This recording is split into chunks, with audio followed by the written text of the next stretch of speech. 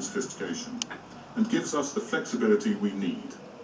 As the pandemic evolves, we will have the testing capacity to meet changing demand across the country. It is now there to serve us all. Thank you. Thanks very much, John, and Professor Pass, you'll take us through the slides. Thank you very much, Secretary of State, and good afternoon, everybody. So as I and others have said on many occasions, the magnificent response of the British public to the government's request to comply with social distancing instructions has meant that we have begun to get on top of this virus. We've seen the transmission rate, the reproduction rate fall to below 1, and that means that the number of new infections is falling within our communities. And well, that's good as a sign, today. Kept off the NHS. The NHS has responded magnificently to make sure that patients have always had available the treatment they require. And over time, this also has an impact on the unfortunate number of deaths that we've seen. And as we move to the next phase of managing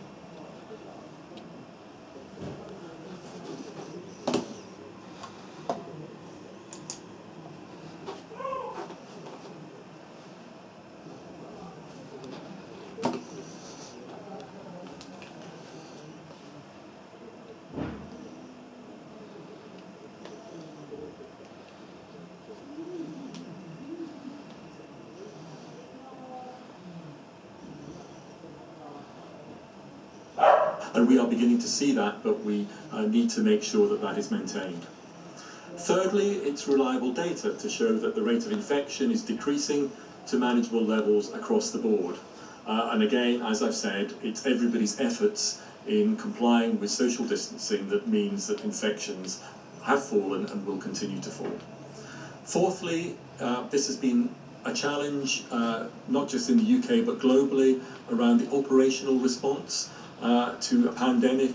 That includes PPE, it includes other things, and moving forward we need to ensure that those challenges, testing is one of them, are in hand, and that we are in a good position going forward to meet future demand. And finally, and critically, that any adjustments going forward don't